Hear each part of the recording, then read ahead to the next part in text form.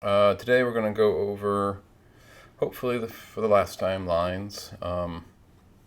It's an interestingly deep um, subject to get started, just simply because it's so fundamental. So much else just kind of flows from them, but it's hard to get started with lines. So first, there's to recall the idea of kind of a Cartesian coordinate plane. We have these lines. So you have the y-axis and the x-axis, and we can kind of have tick marks. This is kind of 1, 2, 3, 4. They should be evenly spaced and all that. And we go up in the positive direction for the y, so 1, 2, 3 upwards. Go down the other way, just like so. And the idea of this coordinate plane is we plot a point, like let's say here. This looks like it's about 2, 3. X goes first, that's the 2, and the y goes the second, so that's the 3. So that's where that is. And we might have another point here. Let's say 1, 3. Again, oops. No, that was wrong. Let me just destroy that. Okie dokie. 3 comma 1. 3 is the x and y is the 1. So x is always that. And then so that's points, and you can have negative points in these other quadrants. So 1, minus 3 down here. Over here might be minus 3, minus 3. And you can have fractional points, fractional coordinates for these points, decimals, whatever. Okay. And now the next step after the points is actually doing lines. So in a picture fashion, we might have, drawing a line between these 2 points. 2 points always define a line, and we have a line that we've drawn through these 2 points. Now, the next step is to come up with a formula for these lines. So the thing about what the formula would mean is, so to say we have x and y is kind of how we write points. And so what we want is a formula y equals something with probably an x in there. So there's some formula that we have to figure out. We put an x, and so this would tell us how to figure out that a point is on the line or not. So here, so for a line, the thing to basically have in mind is this formula. It's a lot of letters, but y equals m times x minus a plus b. So there's this quantity x minus a, and then there's the b, and then there's the m. The x is the thing that we're plugging in a number, like so this. So if we were looking at the point 3, 1 to determine if it was on the line, we'd plug in the 3 in for x, and if our formula was correct, we would compute all that out, and we'd get a 1 in for y. So you put in the x, you get out the y, and that's how these formulas work. Now, what is a, b, and m? So a, b, and m are the things that define the line. Basically, 2 points define a line, or a point and a slope. Slope is what m is, and this point-slope form is by far the most important fundamental version. And the point is a comma b. So you pick a point on the line. So for example, the point 2, 3. So if we want the line to go through 2 and 3, the point 2, 3, then A is 2 and B is 3. So y equals m x minus 2 plus 3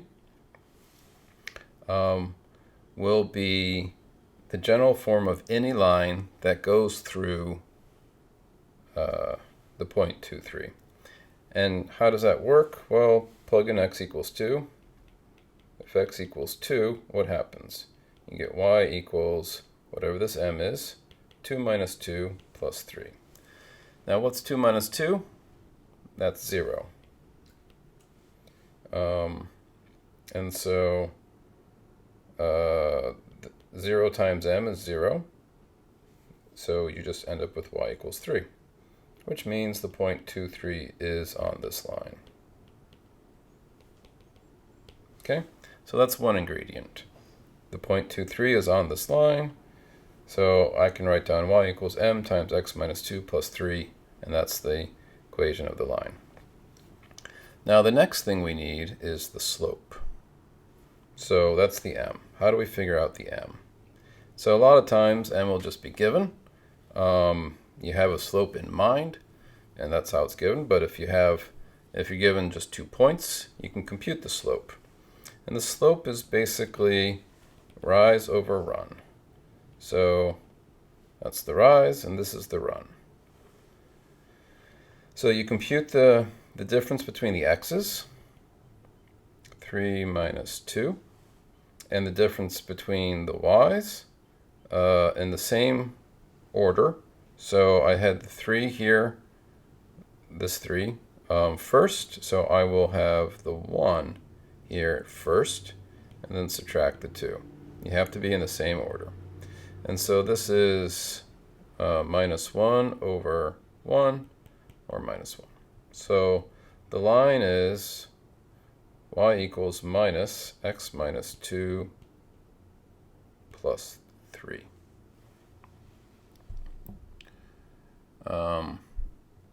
Okay. So now we can flip over to Geogebra and just see if all those by hand computations worked. So I can type into this thing in the bottom y equals minus x minus 2 plus 3.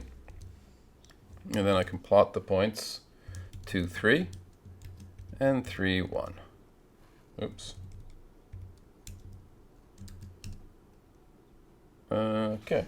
Well, that shows me that I did something wrong. What did I do wrong? So,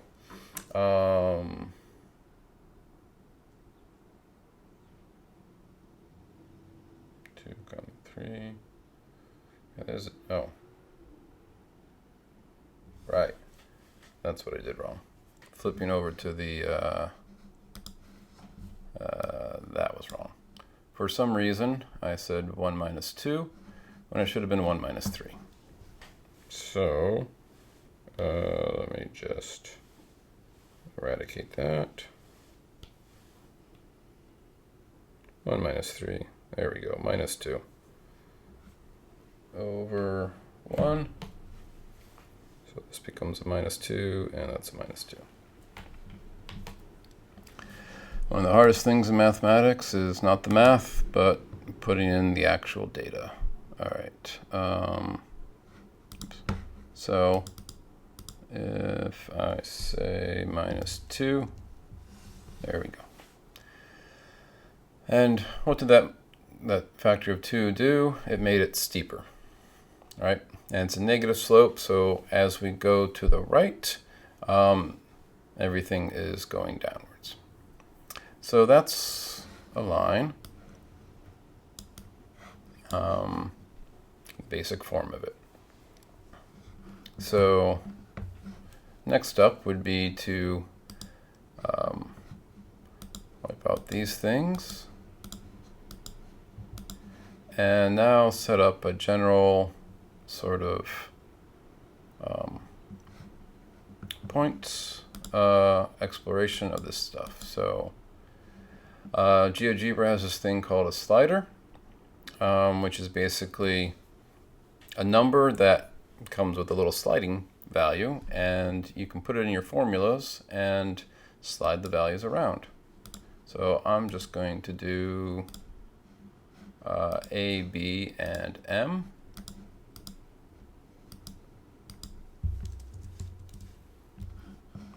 Alrighty. Increment for the slope. I don't know what the other ones were. Oops. Let's see if I can move that sliders around. Okay, so I've got three numbers, A, B, and M. And now I'm going to have my general equation, M times X minus A plus B. Alrighty. So slope 1, that's the M, and it goes through the point 1, 1. And let me put on the point AB. There we go. So now we can drag these numbers around. As I drag the slope value to be higher, the line gets steeper and steeper. And this is basically because a higher slope means the change in the y, you can think of that as the change in the y as being higher. And so for a fixed kind of change in x. So you can think of change in x as 1, and then y is, the change in y is, you know, the slope. And so higher slopes is a steeper line. And then it gets more and more horizontal as the slope gets to be 0. Slope 0 means there is no change in y. So as you change x, no, you're not going up, so it's just horizontal. And then when the slope gets negative, that change in y becomes negative, and gets ever steeper negative as the m gets more negative. All right. And so there's lots of lines with different slopes. Now, what happens when I drag around the b value? Well, this is the y coordinate of the point on the line that's defining the line. So as it goes up, the line goes up. As the value goes down, the line goes down. And then for the a value, that was the x coordinate. If I make that bigger, that means the point that's attached to the line is going to the right. And so the line goes to the right. And if you go left, it goes to the left. All right, so that would be the basics of a line. Geogebra allows you to explore all the different ways a line can be. There aren't that many different ways a line can be. And that's basically that in terms of the formula for a line. Now, the next thing one wants to do with lines is, let's see, there was, oops, no, that's not what I wanted to do. Hold on a moment. Oh, I see. Yeah.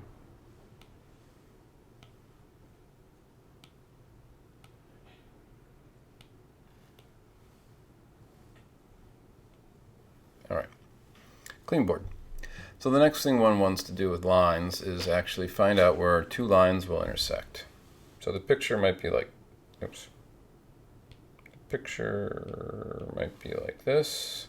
You've got one line here, you've got another line here, and you want to find that point of intersection. So let's say that we have these two lines. Let's say the one with the less steep slope is slope 2 times x minus, well, let's just keep it somewhat easy. We'll just say that the point that defines the line is the one at the origin, so it's just 2x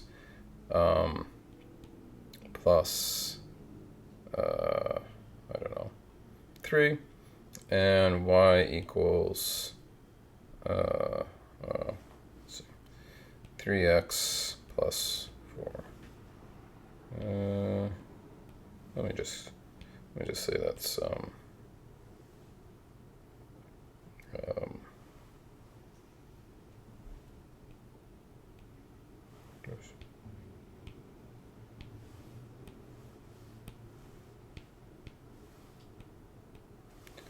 right. Hopefully that works. So the picture would be on the coordinate plane 2, 3, 4, 5. The shallow sloped line would go kind of like this. That's through the point 0, 5. And then the other one, which is a little steeper, would go through the point 0, 4. And so we're trying to find this point here. And the basic way we do this is, so the idea here, remember the x is the stuff that we're putting in to get the y coordinate for the corresponding point in the line. So if you want to know what the value of the line is at x equals 0, you plug in 0. And what we're trying to do is find the point where basically this point here, this intersection, has the same x value for both, and it's supposed to have the same y value. But because they're on, we have two different lines, that means that that the y coordinates, 2x plus 5 for the first and 3x plus 4 for the second, should be the same. That's the critical thing to understand about the two lines intersecting at a single point.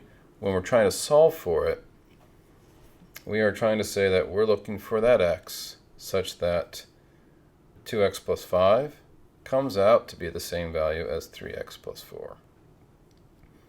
Now, as an example, let's just guess x equals 1.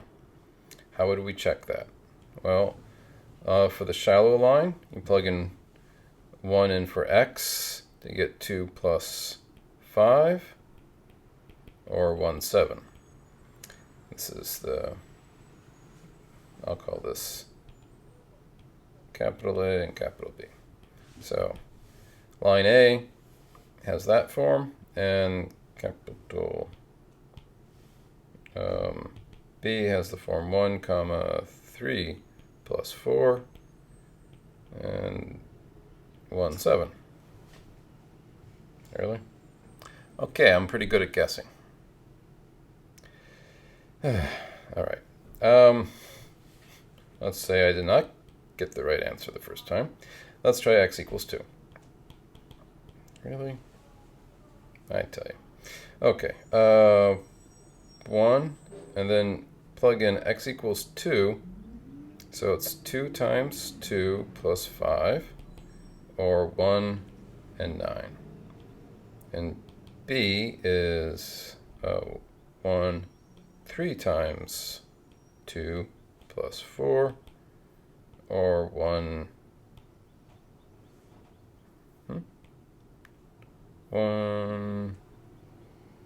10. Oh, sorry, these are 2's. 2's, 2's, 2's. Yes, 2, 9, 2, 10. So, by assumption, we're looking at the same x value for both. And then the y value is different. And so these are not the same points. And if you go back to this picture over here, let's see. So I guess we found out by guessing that the point, this common point is 1, 7. And then we go over here, and we've got 2, 9 over here, and then the same x location, we've got 2, 10. All right, so that's the picture of how this, the intersections of two lines kind of make sense. You're trying to find the x value where the two y values are the same for that given x for the lines. Now, let's say that I was a bad guesser, which apparently I'm not. How would we actually solve this algebraically? And this is why lines are in many ways so fundamental in a lot of mathematics, is that we can actually find the point of intersection. It's kind of nice that way. So the idea is it's the same y value, right? So we want these two quantities to be equal. So 2x plus 5 is equal to 3x plus 4. And now we solve for x. How do we solve for x?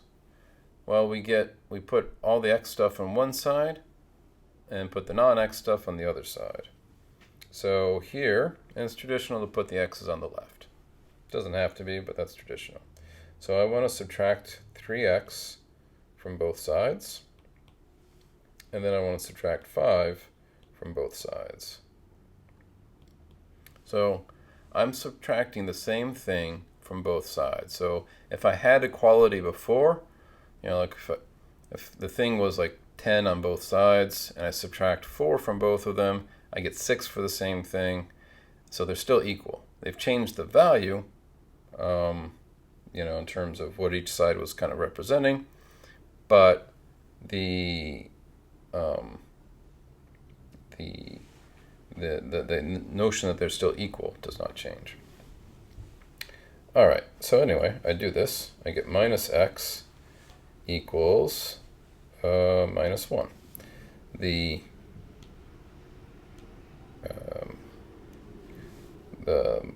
5 and minus 5, that canceled out. That's why we were subtracting 5. And the 3x with the minus 3x canceled out. So, we're doing this to both sides. So 2x minus 3x is minus x. 4 minus 5 is minus 1. Okay. So, and then we divide by minus 1, because that's what's multiplying x. Whatever is multiplying by x, we divide by that. And we get x equals 1, which is what my terribly accurate guess over here told us. And once you have that x equals 1, you plug it into either of the formulas. So, 2 times 1 plus 5 is 7. 3 times 1 plus 4 is 7. So that's the y value. Alrighty. So now let's see what how Geogebra can help. So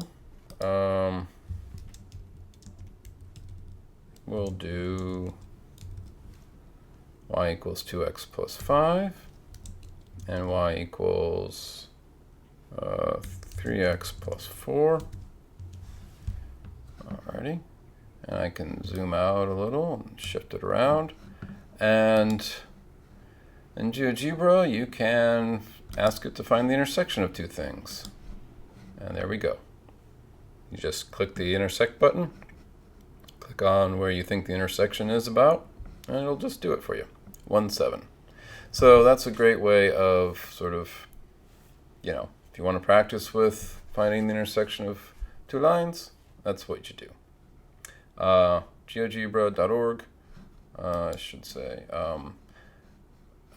I like the Geogebra Classic app here, but that's just me. All right, so that's that. Now, one thing that we can do with all this is well, we can do lots and lots of problems. We'll just try to clear this off again. Okay, so one thing that I like to do is show the tricks of what a teacher would do. Now, one of the constraints about teaching people is that they don't like fractions all that much. And one of the problems with lines is, well, there's a lot of fractions often. So you have to be kind of careful if you want to avoid fractions. So how can one do this when setting up these intersection problems? So you want to have lots of problems with intersections. Well, basically, so teacher making problem, we'll do the following. Select intersection point. Then you know exactly how the problem will end up. So let's say that my favorite number was 5 and my least favorite number was 7. So 5 and 7 is my intersection point. So I just make that up. And now I pick the slopes. Pick the slopes. Let's say I want, I don't know, maybe a negative slope. So let's say -2 and a positive slope of 8. All right. So now I've got my equations. A point and a slope defines the line. So the one equation, -2, is the slope. X minus 5 plus 7, and y equals +8, x minus 5 plus 7. Now, if I, as a teacher, were presenting those two equations in this form, the answer would be obvious that it's 5, 7, because that's what that form does. It tells you exactly the one point in the line that you're using to define it. So, to make things hard, we multiply out the slope, -2 times x, plus 10 plus 7, or -2x plus 17. And then do the same thing down here, 8x minus 40 plus 7, or 8x minus 33. So now it looks ugly. And yeah, you just say, okay, here's your two lines, go find the point of intersection. And now the hard work happens. That's what they've asked the students to do. So now you got to do the student work. And you've got 8x minus 33, and you're setting that equal to -2x plus 17. And so we do the same thing we did before. It's just some arithmetic. Here we're going to add 33 to both sides to get rid of that 33 on the left. And we're going to add 2x to both sides to get rid of the 2x on either side. Again, I'm doing the same thing to both sides. So that's how that works. 10x equals 17 plus 33 is 50. Divide by 10, you get x equals 5, which was the point of the exercise. And then you plug that back in, say, into -2x plus 17 to get the y equals 7. All right. So that's sort of lines. Well, the intersection of two lines. Now, in general, if you have multiple lines, there is no particular reason for them to intersect. So if I just draw 3 lines like this, you have 3 points of intersection, but none of them all at the same time. They're just random points. It's a special problem that has all 3 lines intersecting at one point. But basically, 2 lines will always intersect unless they're parallel. And then 3 lines will almost never intersect unless there's some reason for them to intersect. All right, now, let's see. special relationships of lines. I just mentioned parallel lines. So these are lines that never meet. So like if I had, let's say, at the line y equals 2x. And I want to know what lines will not intersect with that thing. So I don't know the slope. I'll just say a plus b here, whatever. It doesn't really matter, except the fact that if there was no b, then it would intersect at 0, 0. So b needs to be something else. But how do I solve this? Well, 2x equals mx plus b. 2 minus mx equals b. X equals b divided by 2 minus m. Okay.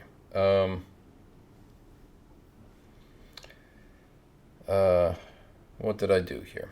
Well, basically, if I can do that division, I can solve this problem. So when does that not work? When does 2 minus m not work as a denominator? Well, actually going back up to this step, the issue is if this thing is equal to 0, bad news. Right? You've got 0 times x equals b, and so 0 times x is just 0, 0 equals b. Only solution is if b equals 0.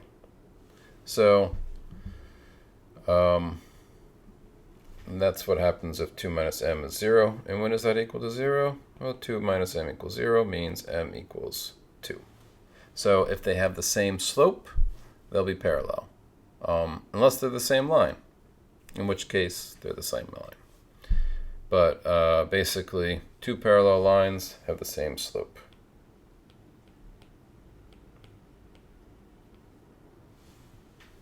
Okay, so that's parallel lines. So it's pretty easy to spot them with two lines, because you just look at the slopes and you're like, oh, if they're the same, then you might have problems trying to solve that system. If they're different, you'll have one solution. All right. There is one other kind of special relationship between lines, which is being perpendicular.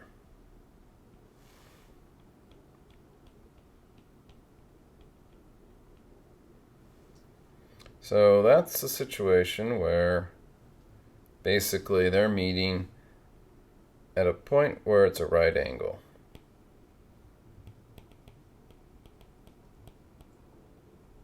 Right angle. All right. So here we need to remember a special fact, namely the Pythagorean Theorem. That's how we recognize, how we can test that a triangle has a right angle in it. And basically the idea is if you have a right triangle, you've got A as one side length, B as the other, then, and C is the hypotenuse here, then C squared equals A squared plus B squared. Okay? I think I established that in some other lecture. But that's the basic fact we're going to use here to figure out what the slopes should be. So let's say that, let's just go with y equals 2x here. And we want to find the line that's perpendicular to it. So what I would suggest is going out from this point x here. This will be, we'll just say the point of intersection is at 0, 0 to keep it simple. Doesn't really matter. The length here is 1. So that's a choice we made. So that's the idea. We can choose the x how far we go for our second point here. And then if we go out, if the change in x is 1 and the slope is 2, then that means that the y value will be 2. So this is 1, 2. And basically we want to know, what is this value? And if we figure that out, that'll be our slope, essentially, because it's rise over run. And if the run is 1, then the rise is the slope.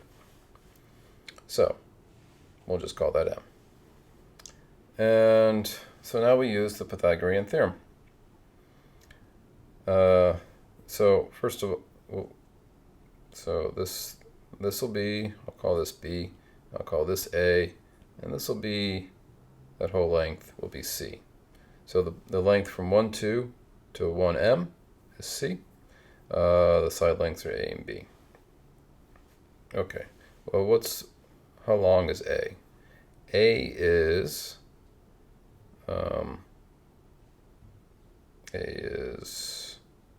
1 squared plus 2 squared, square root it, or square root of 5.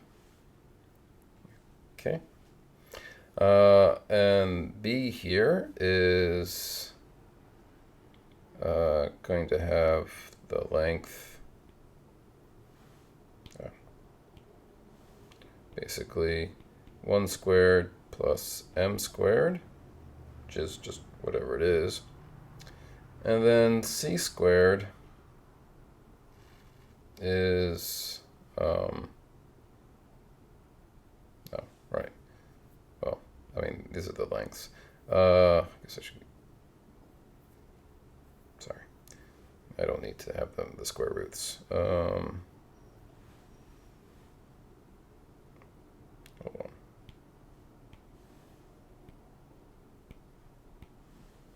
I banish you square roots. Sorry, we can just work with squares. And that's just what it is. And then c squared will be m plus 2 squared, which, multiplying it out,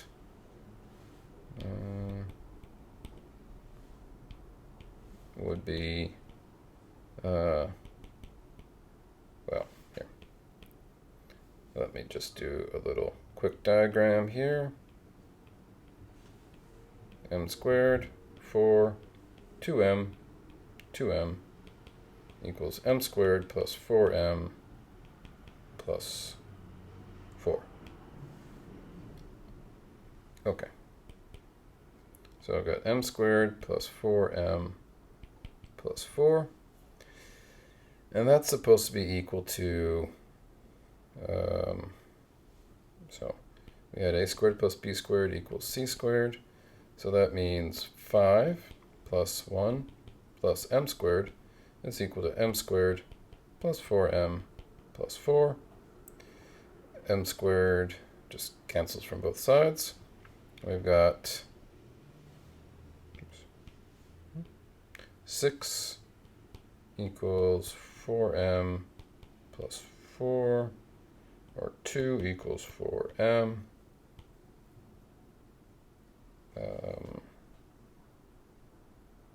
Should be a negative. Why did I lose a negative?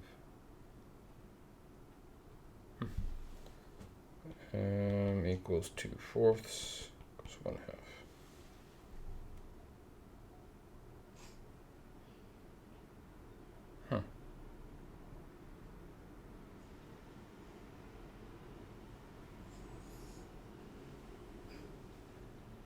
Oh, that's peculiar.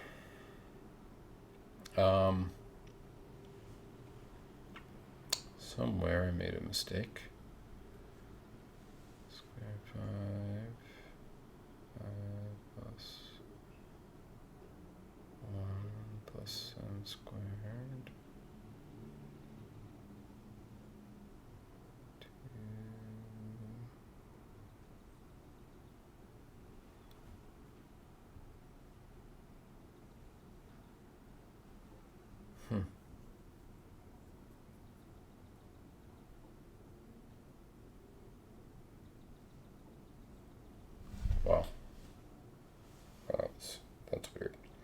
Should it come out to be y equals minus 1/2 x?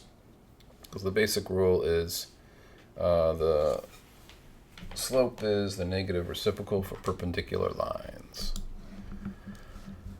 So let's try that out. Y equals 2x, and y equals minus 1/2 x. That would be the perpendicular stuff. We can get the angle from this. Oops. Let's go the other way.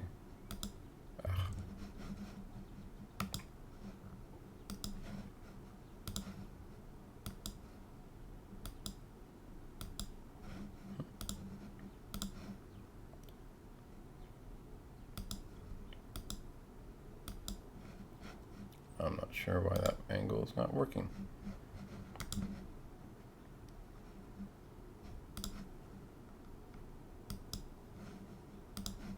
Is that not? Okay, whatever. Angle between F and G, G and F. There we go. 90-degree angle, right angle. Excellent. And now we want to put the points there. That's distance 1 away. And basically the thing that I was doing before.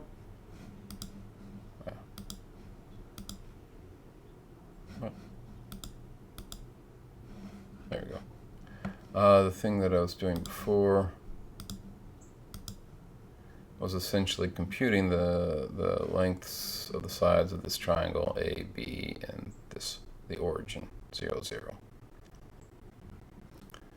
All right. This is a little bit of a correction being inserted here. Before I said I had gotten the wrong sign. Here's what the mistake was. So I have this set up here. Two perpendicular, well, a line I wanted to be perpendicular to the other line. This line was y equals 2x, and I wanted to know if this was y equals mx, what that m would be. And so I said we look at two other points other than the intersection point. The intersection point is at 0, 0. And we do run, that's the change in x of 1. Okay, so that's why we're at 1, 2. When you plug in x equals 1, you get 2 for the y equals 2x line. And when you plug in 1 into y equals mx, you get m. So 1m is the other one. So the distance, represented by little a, is 1 squared plus 2 squared equals 5. That's the one leg of the right triangle. The other leg is b, and that's 1 squared plus m squared. So that's how the coordinates work. Now, what is c squared? C squared is the difference of, oh sorry, these are a squared and b squared. 1 minus 1 squared, so that's the difference of the x coordinates, plus the difference of the y coordinates, which is 2 minus m squared. That was my mistake.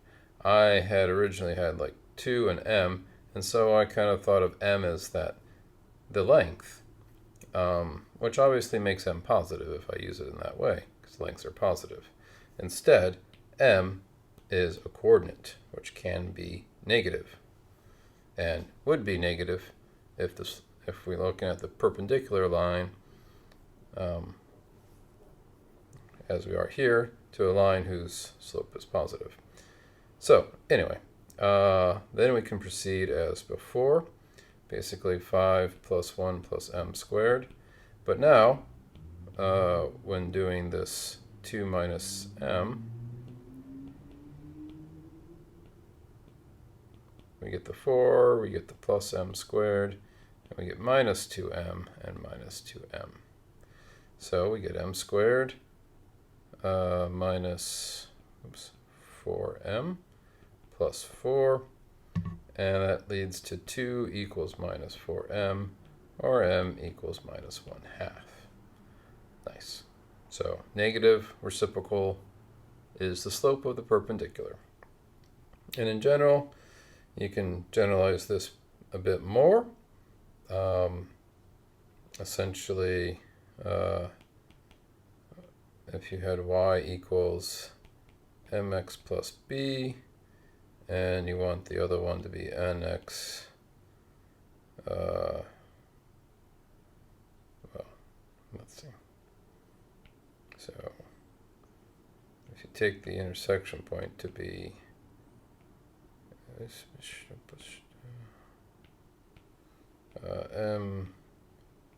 minus a plus b and nx minus a plus b, that would be kind of your general form where you're having the common intersection point at AB,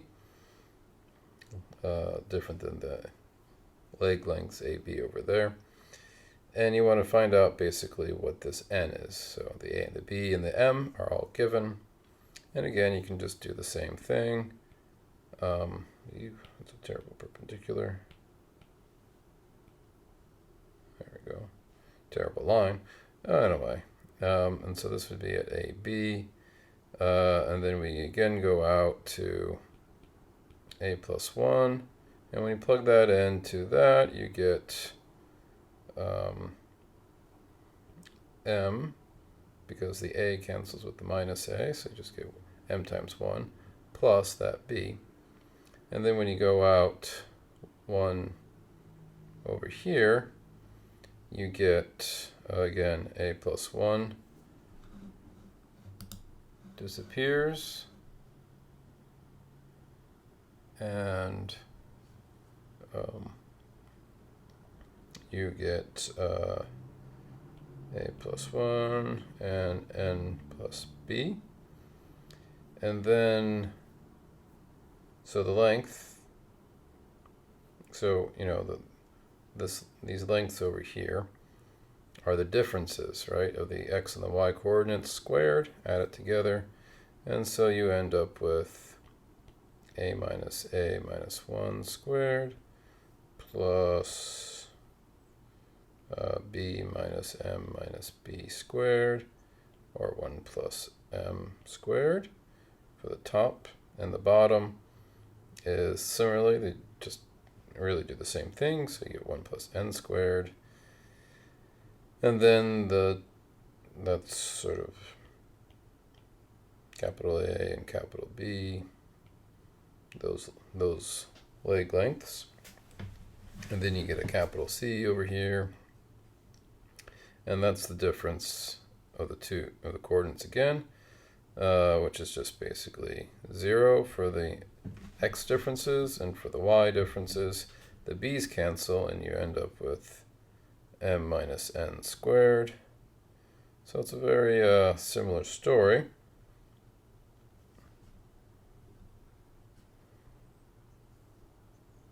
And we end up with 1 plus m squared equal to 1 plus, plus 1 plus n squared. So this is a squared plus b squared equals c squared. And so that's a big old plus. And that's supposed to be equal to m squared minus 2mn plus n squared. The m squared and the n squares cancel. You end up with 2 equals minus 2mn. You're solving for n because we're assuming we know what m is. Divide by the minus 2m, and you end up with minus 1 over m equals n.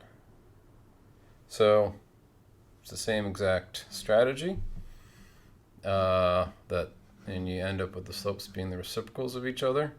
The main point here, in terms of a more general, I mean, obviously part of the point is if you want a perpendicular line to another line, that's the negative reciprocal slope.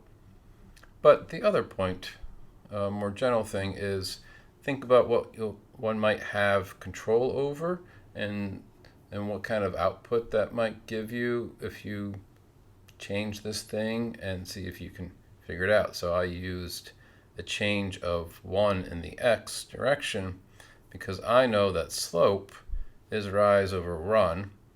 If run is 1, then the rise is the slope. And so that hopefully makes it much easier to see what's going on.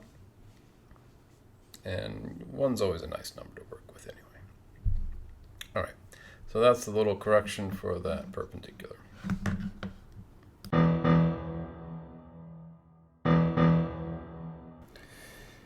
And this works if for any line that has non-zero slope.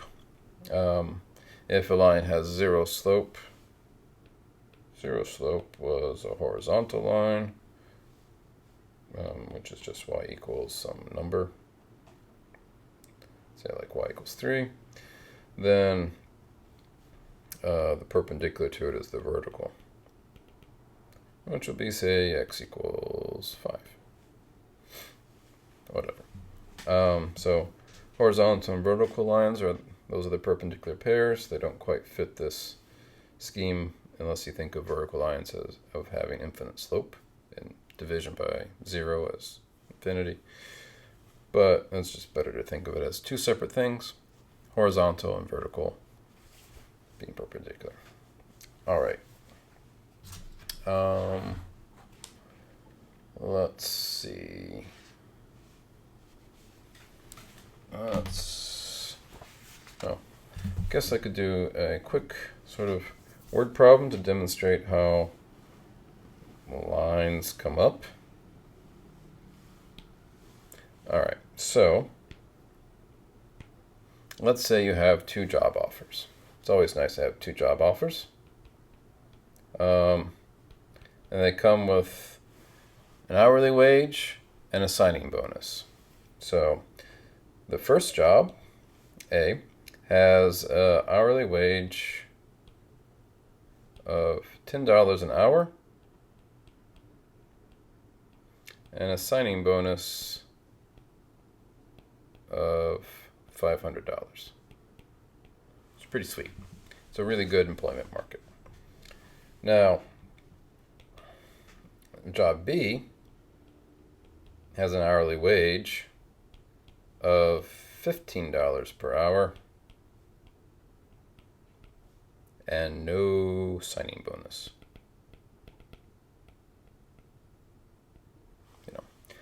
So when is the first job a better deal than the second job? Clearly, if you don't work any hours, the first job, A, is better because you get $500 for not working at all.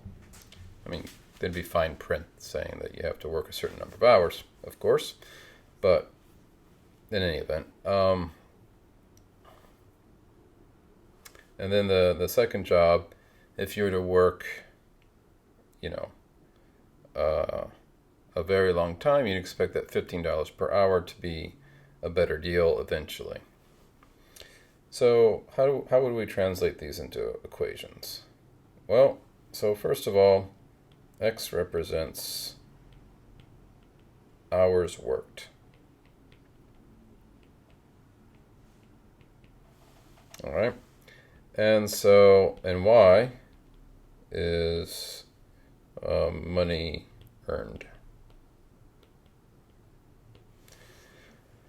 So the first job, it's going to be 10 times the number of hours, so that's X, plus 500. So it's going to be the total money earned from signing up on that job. And the second one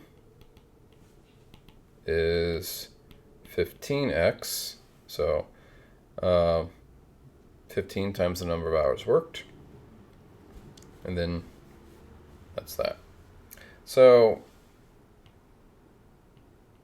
now we have 2 lines. We can guess, say, what happens with x equals 10. So if you only want to work 10 hours for these jobs, which one's a better deal? Well, A is at 10 hours. 10 times 10 is 100, so this is $600. And job B is 10 times 15, which is $150. All right. Looks like A wins. Okay. Now let's try x equals 100. So working 100 hours, or about 2.5 weeks of full-time work. A is 100 times 10, which is 1,000, plus the 500, equals 1,500. And B is 15 times 100, or 1,500. So that's our break-even point. X equals 100 is how that is there. And if you do x equals 200, A is 2,500, and B is 200 is 3,000. So it takes 100 hours for job B to catch up to job A, and by the time of 200 hours, job B is way better deal than job A. Okay. And of course, if we wanted to solve it by our methods before, you could just do 15x equals 10x plus 500. Subtract the 10x from both sides, you get 5x equals 500. And then you divide by the 5, you get x equals 100. Okay. And now we can go to Geogebra and do this.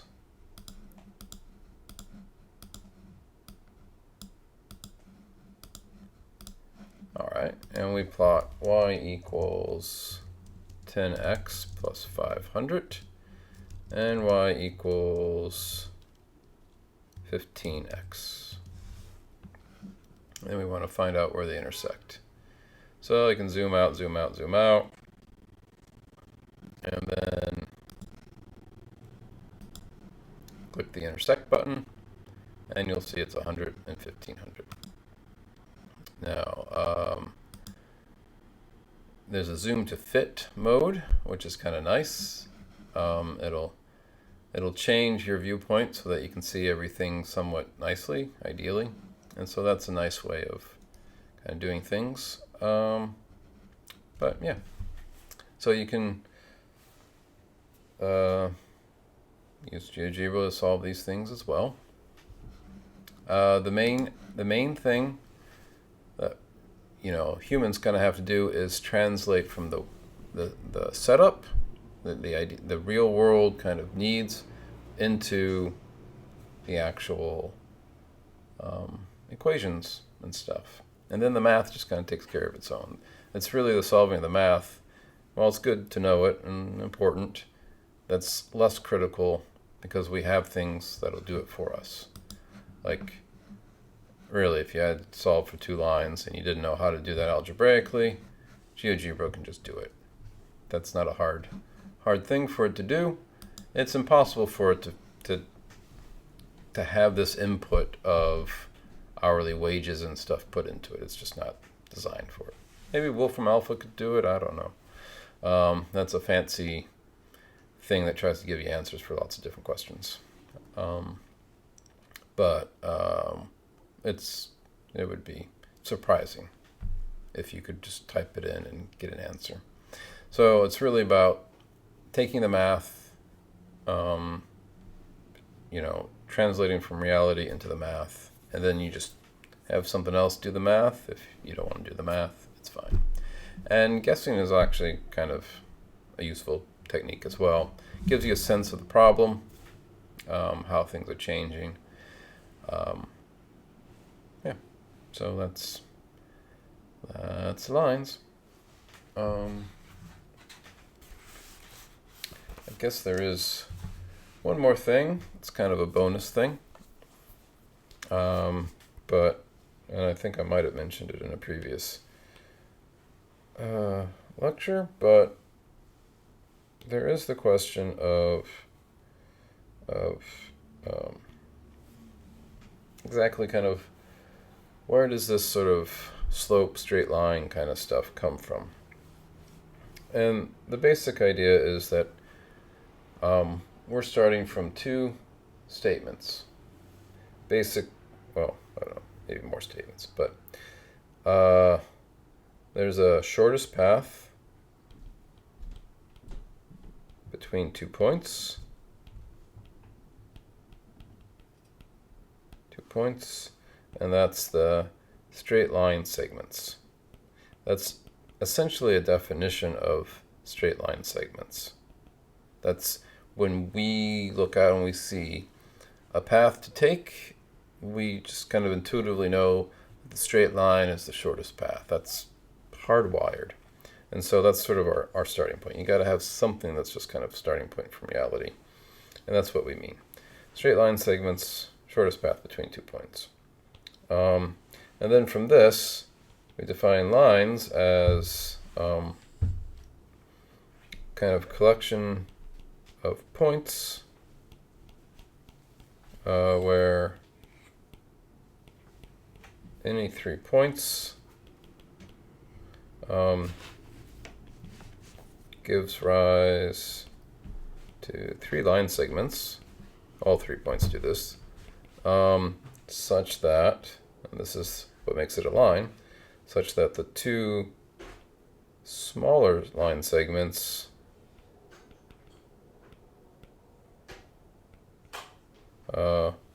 form the big one.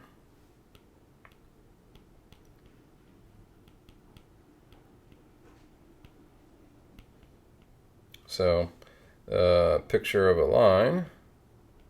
You got these 2 points, and then you've got a third point. You've got these 2 line segments, and they form together to be that third one. The other two,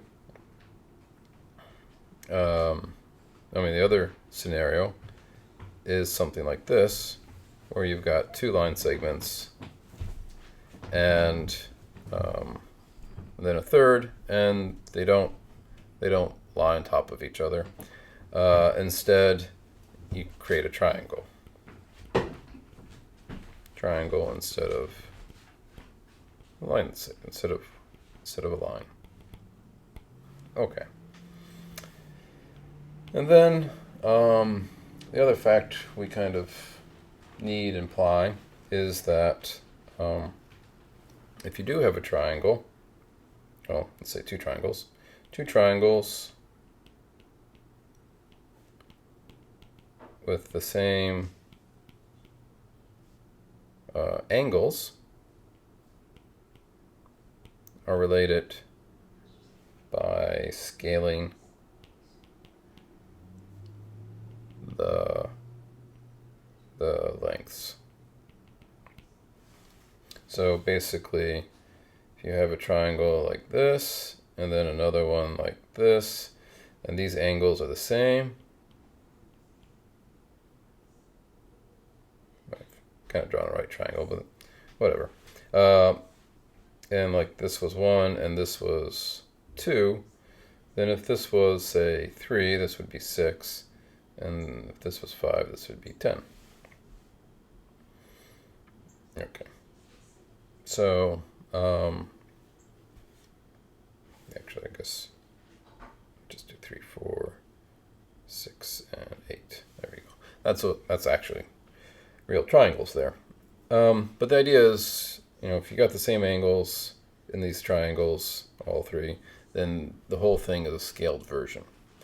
And this is again kind of an assumption. It's kind of the idea of, you measure the triangle, say, in inches, and then you measure things in feet, and you get different numbers, but the relation that they're going to have is that you're multiplying, go from inches to feet, you multiply by 12. And so it's kind of like that, that we're just scaling these things. You can just zoom in and out. And that it's true with actual physical triangles, different, but with the same angles, and you just kind of blow it up. All right, scale it up. Okay, good. Now what does this have to do with lines? Well, So the idea here is you have a line segment like so, and then you have another point here, and you have these right triangles. You have 3 of them, and the idea is basically that they're scaled versions of each other. They're all right triangles, and the largest triangle and this first triangle, they have the same angle, literally the same angle. They're overlapping, and the same is true of this other two. That's what it means to be on the same kind of line segment, is that we can draw that triangle. And because these are right triangles, 90-degree angles, that means that the other 2 angles have to sum up to 90. And so, and because the big triangle, you know, the angle with 1 line plus the angle with 2 lines, that has to equal 90 degrees. And then that kind of forces these 2 angles to come out that way in order to preserve this sum of it, the angles in a triangle being 180. And so all these triangles are scaled versions of each other. And so if the little triangle was, you know, let's just say it was had length, say 1, and its vertical change was m, that's the slope. And then this other triangle here, let's say it was 2, that length. Well, because it's a scaled version of the smaller triangle, that the rise over here has to be 2m. So rise over run, 2m over 2, is going to be m. And the little triangle here, it's just m over 1, so that's m. And this big triangle, well, it's going to be 3 here and 3m here with those numbers, and that's just going to be m. I just picked 1 and 2, doesn't matter. You can call them a and b, and the things would still cancel. It's fine. So that's how that slope becomes this fixed notion for a line. It's essentially that. And it's also useful to think of, well, what if the 3 points were not on a line? How does my argument fail here? So this is kind of the picture. And let me just get rid of that one. And so we have this triangle, we have this triangle, we have this triangle. We still have 3 triangles, but now the angles don't correspond, and the thing that's lacking, so I could still say this is the one with 2 lines here, but I no longer have any relationship. There's another triangle, so there's another line here and another angle there and there. They're not the same, and so you can't do this transfer, this angle sum, and that's how that fails. So it's really the importance of this line segment thing going on, and the scaling of the triangles. Those are the 2 essential ingredients that make the notion of slope for a straight line meaningful. A straight line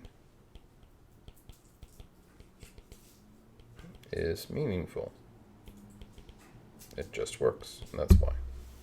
All right. So that's lines. Thanks for joining me. Hopefully next time we'll do quadratics and areas and all that's the power of 2. All right. Have a good one.